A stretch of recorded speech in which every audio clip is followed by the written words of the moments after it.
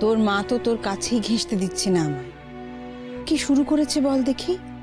সেই কত পথ পেরিয়ে কত দূর থেকে আমি দৌড়ে দৌড়ে এলাম তোর কাছে, একটু তোর সঙ্গে কথা বলবো বলে, তোকে দেখবো বলে, সেই কিনা আমার থেকেই তোকে দূরে রেখেছে। তবে আজ যখন সুযোগ হয়েছে, মন খুলে দুটো মনের কথা বলি। দাঁড়া, আগে তোর জন্য যেগুলো এনেছি সেগুলো দিই। এই নে, তোর জন্য কত দূর দেশ থেকে খুঁজে খুঁজে সব এনেছি। নে দেখি, শুদ্ধ শরীরে এবার গ্রহণ কর দেখি।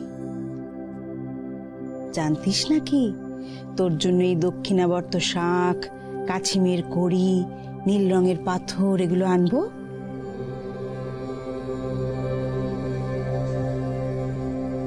সাবধানে রাখিস, এগুলো কিন্তু খুঁজলেও চট করে পাওয়া যায় না। ওটা কি গো, কাপড়ের পুটলির মতো? ওরে বেটি, তোরও নজর গেছে এদিকে? এটা হলো কস্তুরী, হরিণের নাভি। এটাও লোকনাথের জন্য। বাহ, সব লোকনাথের জন্য, আর আমার জন্য কিচ্ছু নেই? আছে তো, আছে, তোর জন্যেও আছে। নে ধর, এটা সঙ্গে রাখ, বিপদে আপদে কাজে দেবে। তোকে দেওয়ার মতো আর কিছুই যে নেই রে মা। আসলে তুই যেটা চাস সেটা আমি কেন, কেউ তোকে দিতে পারবে না। তুমি সবকিছু জানো কিভাবে গো? সত্যি বলো না, কে তুমি? আমি কে? আমি যে তোর মতো কালী ঠাকুরের চেলারে বেটা, আবার শিব ঠাকুরও তার টানে ডাকে আমায়। ও, সেই কবরেশ ঠাকুরের মতো মায়ের গান গেয়ে সারাদিন যেমন মাকে খুঁজে বেড়ায়, তুমিও সেমন ভাবে মাকে খুঁজে বেড়াও বুঝি? খুঁজে বেড়ানোটাই যে আমাদের জীবন রে বেটা, আর কি কাজ আমাদের? ওই কবরেজ ঠাকুর যেমন তার কাজটা করে দিয়েছে, তোর মনে বীজটা পুঁতে দিয়েছে। এবার সেই বীজ ফুঁড়ে চারা গজাবে, যখন মাটির স্পর্শ পাবি। সেই মাটি কোথায় বল দেখি? মায়ের শক্তিপীঠে। শক্তিপীঠ কি মা? মায়ের কত রূপ বলতো? সে তো কবরেশ ঠাকুরের মুখে শুনেছি, 10 মহাবিদ্যা। মা যখন সতীরূপ ধারণ করলেন, তখন মহেশ্বর তাকে নিজের করতে চাইলেন, কিন্তু সতীর পিতা দক্ষ মহাদেবকে অপমান করে দূর দূর করে তাড়িয়ে দিলেন। খুব পাজি তো এই দক্ষ। বাপ যে পাজি হবেন কি করে? মেয়ের ভালোর জন্য যা করার করেছিলেন। শুধু ভুল হয়েছিল একটাই, মহাদেবকে চিনতে পারেননি তিনি। আচ্ছা, আর সতী কি করলো? কিছু বললো না বাবাকে? না, মুখে কিছু বলেনি, তবে প্রতিনিন্দা সহ্য করতে না পেরে অপমানে দেহত্যাগ করল। মহেশ্বর গেলেন রেগে, রাগে পাগল হয়ে সতীর দেহ কাঁধে নিয়ে শুরু করলেন প্রলয় নৃত্য। সেই সময় সতীর শরীরের অংশ সব এক এক জায়গায় ছিটকে পড়তে লাগলো। যেখানে যেখানে সতীর দেহাংশ পড়েছিল, সেটাই হয়ে উঠল এক একটা শক্তিপীঠ। তুমি গেছো সেসব পিঠে? হ্যাঁ রে বেটা, তুইও যাবি বড় হলে। কিন্তু পথ চিনবো কিভাবে? কি করে যাবো সেসব পিঠে? এই নে, এই পাথরটা সঙ্গে রাখ, এটা পথ চিনতে সাহায্য করবে।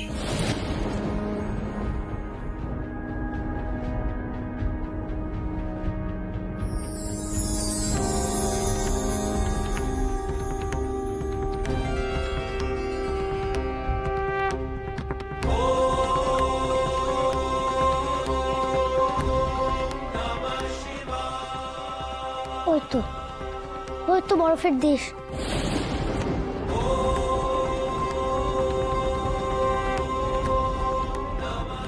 সেখানেই সেখানেই যে যেতে হবে তোকে। একদিন ঠিক যাবে, সব টান ছেড়ে। ক্ষুধা তৃষ্ণা ভুলে অনেক পথ পাড়ি দিয়ে ঠিক পৌঁছে যাবি সেখানে। না,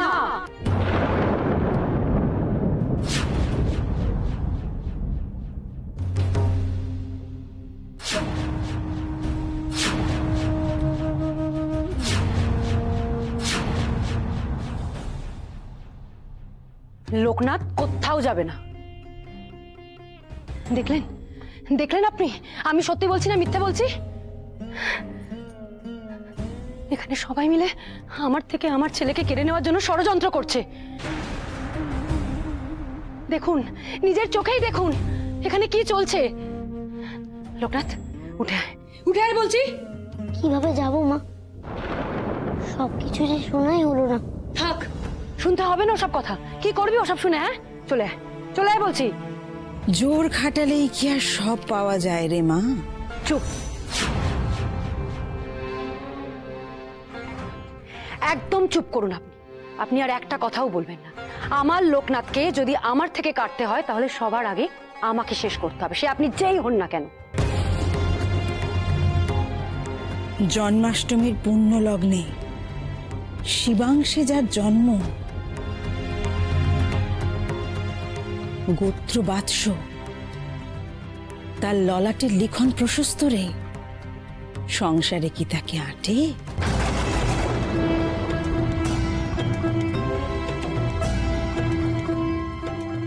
যাবে না, কোথাও যাবে না আমার ছেলে।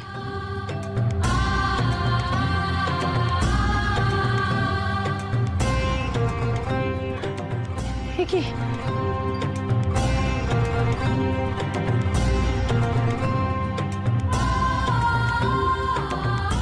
কি উঠছে না কেন কিছুতেই? হ্যাঁ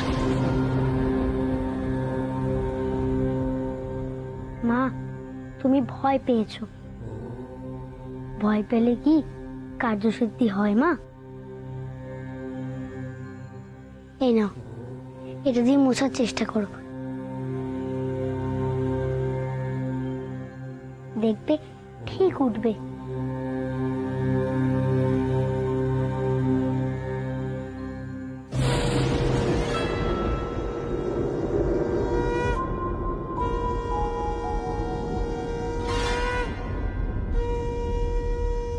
কি এই কপালের কপালের এটা গেল কোথায়? হ্যাঁ, লোকনাথ, তুই সত্যি করে বল তো, তুই কাকে বেশি ভালোবাসিস, আমাকে না ওই ভৈরবী মাকে? তুই যদি সত্যি আমাকে ভালোবাসিস তাহলে তাহলে কেন সবসময় আমাকে ছেড়ে যাওয়ার কথা বলিস লোকনাথ?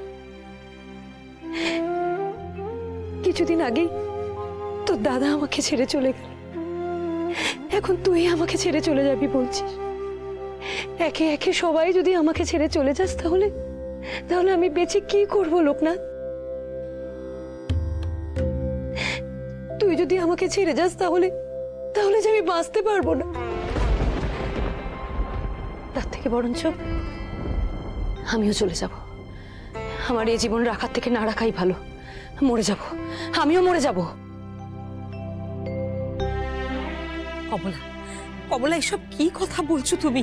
এই ভর দুপুর বেলা তুমি মা হয়ে এরকম কথা কি করে বলতে পারছো? আর কি বলবো গুরমা, আমি কি ভুলটা বলেছি বলুন দেখি?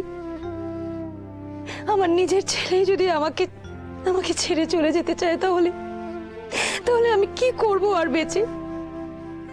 আমার বেঁচে কোনো লাভ নেই, কোনো লাভ নেই। তার থেকে বরঞ্চ আমি চলে যাই। না, তুমি কোথাও যাবে না মা। লক্ষ্মী মা আমার, বলো তুমি কোথাও যাবে না?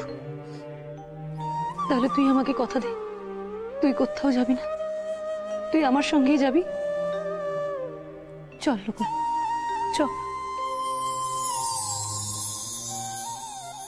মায়াজাল, মায়াজাল।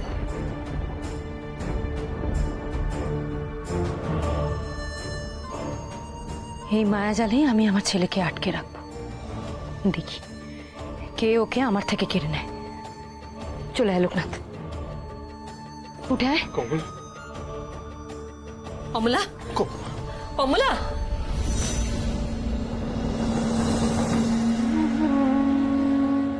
গুরুদেব, ক্ষমা করবেন গুরুদেব। গুরুদেব, আমি আপনার এই অতিথিকে চিনি না। ওনার প্রতি কমলার এই আচরণের জন্য আমি ক্ষমা চাইছি কমলার হয়ে। কিন্তু গুরুদেব, কমলাকেই বা ভুল বলি কি করে বলুন তো? ওকে আমি আটকাই কিভাবে? ও সদ্য বিশ্বকে হারিয়েছে। এখন যদি লোকনাথের গৃহত্যাগ তো পূর্ব নির্ধারিত ছিল রাম। তুমি তো সেই সম্পর্কে অবহিত ছিলে। হ্যাঁ গুরুদেব, ছিলাম। কিন্তু ও তো এখন সন্তান হারানোর যন্ত্রণা ভুলতে পারেনি গুরুদেব। এখনই কি ওকে লোকনাথের জন্য দুঃখ না দিলেই নয়? দুঃখ তো কমলা নিজেই নিজেকে দিচ্ছে রাম। দেখো, পূর্ব নির্ধারিত বিধিলিপিকে খণ্ডানোর ক্ষমতা তো আমাদের কারও নেই।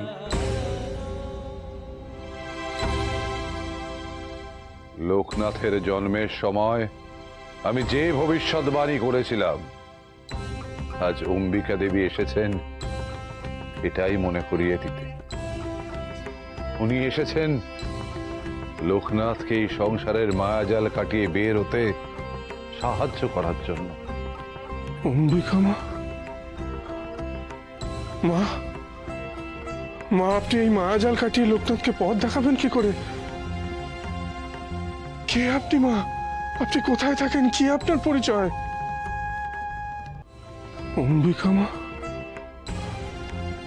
মা, মা, আপনি এই মায়াজাল কাটিয়ে লোকনাথকে পথ দেখাবেন কি করে? কে আপনি মা? আপনি কোথায় থাকেন? কি আপনার পরিচয়? সবাই বলে অম্বিকা, ভৈরবের সাধিকা, ভৈরবী। আর ভৈরবীর কোনো ঠাঁই হয় না রে। আমি না বামুন, না চাঁড়াল, না কায়েত, না বদ্যি।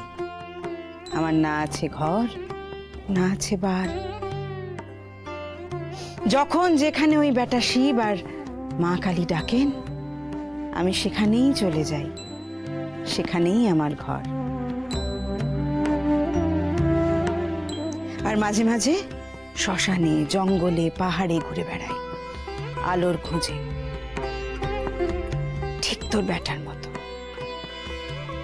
যারা আকাশ থেকে তারা খসার মতো টুপ করে খসে পড়ে মাটিতে, তাদের মতো। এ কি বললেন ভৈরবী মা? এমনই তারা খসে পড়েছিল লোকনাথের জন্মের সময়। তবে উনি এ কথা জানলেন কি করে? তোর বেটা তো সংসারে থাকতে আসেনি রে বাপ, তুই তো জানিস সে কথা। সে এসেছে মহাসাধনার জন্য। তবে কেন নিজের মনকে ভার করে তুলিস? বোঝা, বোঝা তোর বউকে। মা মানে তো শুধু শুধু যন্ত্রণা ভোগ করে জন্ম দেওয়া নয় রে। পেটের ছেলেকে ক্ষুদ্র সংসারের মায়া ত্যাগ করে জগৎ সংসারের হিতে যে এগিয়ে দিতে পারে, সেই আসল মা। তাকেই সবাই মা বলে ডাকে। তোর কাছে ভিক্ষে চাইছি, তোর ছেলেকে ভিক্ষে চাইছি। তোর ছেলেকে যে তৈরি করতে হবে, অনেক কাজ তোর ছেলেকে তৈরি করতেই আমি এসেছি। ভিক্ষে দে তোর ছেলেকে ভিক্ষে দে আমার।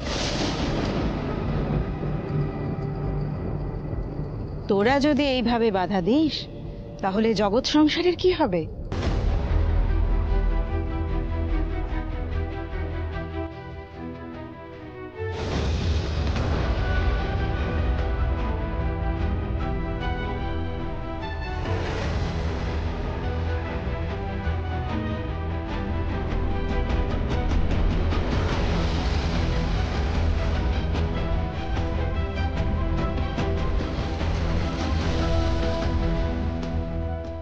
চ তুই, আর এক পাও যদি তুই বাড়ির বাইরে বেরিয়েছিস।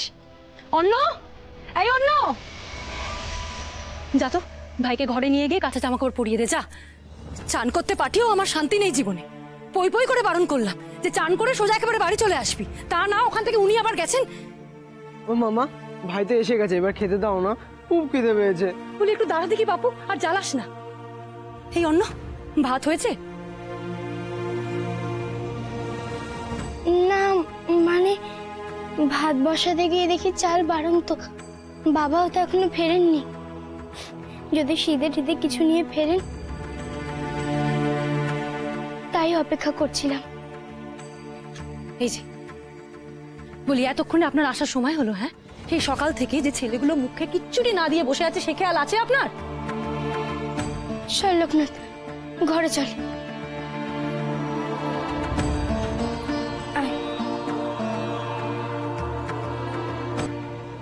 আগে আমার সংসারে সব সময় হাঁড়িতে ভাত থাকতো, আর এখন কোন কেটা পর্যন্ত ডোবে না।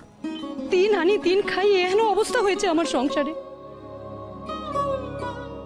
বলি, এত যে আক্কেল দেখিয়ে জমিদার মশাইকে সবকিছু নাকচ করে দিলেন, একবারও ভেবে দেখেছেন ছেলেগুলো আমি কি খেয়ে বাঁচবো? কি করবো বলো তো কমলা? হ্যাঁ, আগে তো তবু বিশ্বটা ছিল গো, আমাকে পুজোর কাজে একটু সাহায্য করতো, আমার সঙ্গে থাকতো, দু চারটে যজমানি জুটতো।